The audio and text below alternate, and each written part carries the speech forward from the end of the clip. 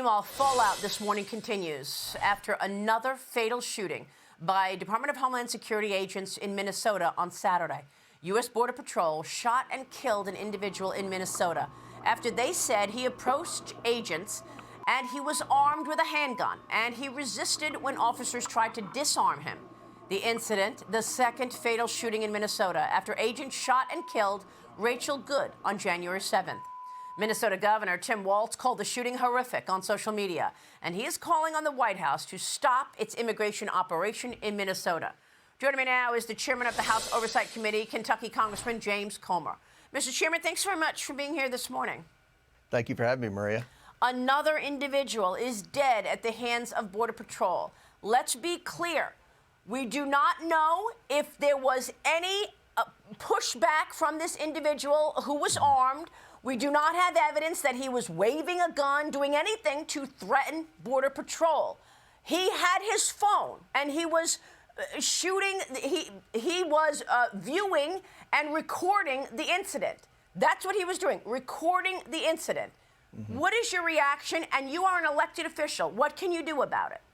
Well, look, I don't think there's any question a majority of Americans want President Trump and ICE to go in and apprehend the criminal illegals. That's what President Trump campaigned on, and he's doing exactly what he said. I look at what happened in Minneapolis versus what happened in Washington, D.C. When President Trump sent the National Guard into Washington, D.C., the Mayor Muriel Bowser, supported that. She worked, her local law enforcement worked with the president, and in a short period of time, they have really been successful in reducing the amount of crime in Washington, D.C. That was a big success. Fast forward to where we are in Minneapolis. We have a governor, an attorney general, and a mayor of Minneapolis who are getting people jacked up, trying to get them, convinced that this is, some type of illegal raid, that all their lives are threatened, and they've got all these white liberals coming in, trying to run over ICE, trying to, spray them and do everything to disrupt. And if I were President Trump, I would almost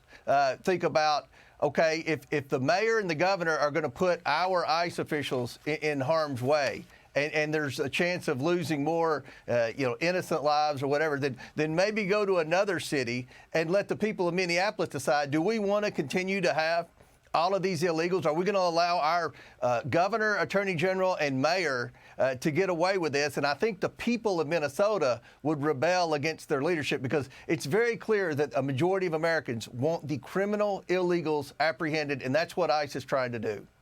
Do we know that ICE saw the gun? Do we know that it was visible? Or was this a guy with a camera recording the incident, and knowing that he was armed, they learned that later? Do we know that? We don't know. I'm like you and every other American. I've watched that video dozens of times in slow motion. I've tried to determine whether he actually pulled a gun out or not. I don't know. I just know that the situation's bad there. On one hand, there are thousands of criminal illegals in Minnesota, because that was a sanctuary city and a sanctuary state. The majority of Minnesotans, in my opinion, want them apprehended and sent back to where they came from. But on the other hand, I think this situation is only going to get worse. And I really think that there are so many cities in the United States that have issues with criminal illegals that I think they would be better received in other cities. And I hope that's something they're talking about doing right now, because, Minneapolis isn't the only city. And if the local officials and the governor and attorney general are going to put federal agents' lives in danger with all the protesters and getting everybody fired up, trying to go there and disrupt ICE, then I think that's a decision they're going to have to make. Well, we played a soundbite earlier from Governor Tim Walz, who told residents to make sure to film ICE agents. And I imagine that this individual had taken that directive and was filming ICE agents. But, Congressman, I want to move on, because last week we saw Jack Smith testify publicly, and he said that President Trump, quote, willfully broke the law. He blasted the DOJ's retribution in the second term. Your reaction to what you heard from Jack Smith, and where does your investigation stand in terms of his Arctic Frost investigation into Trump and his supporters? Well, look, Jack Smith can say whatever he wants, but he failed to prove that there were any crimes committed. And the tactics that we saw he did, you know, he didn't have the authority to subpoena the phones of members of Congress. He violated and abused his power as a special counsel. So, look, I think it's very clear that Jack Smith failed. That Jack Smith was doing this for one reason. That was political purposes. He was put in there by a corrupt Biden administration, by a corrupt Attorney General Merrick Garland for one purpose, and that's to try to harm Donald Trump, to prevent Donald Trump from being elected president of the United States. This was all political, and I think the American people have seen it.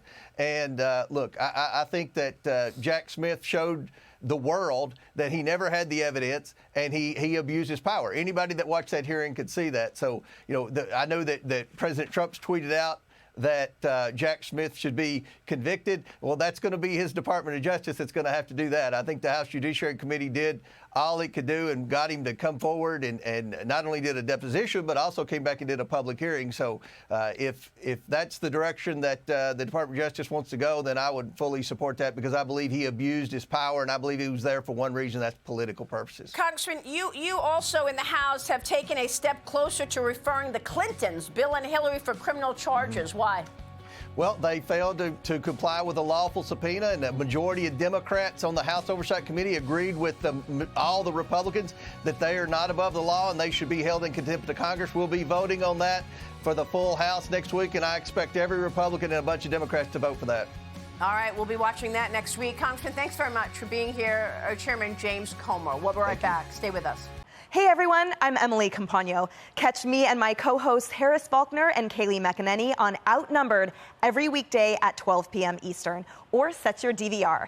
Also, don't forget to subscribe to the Fox News YouTube page for daily highlights.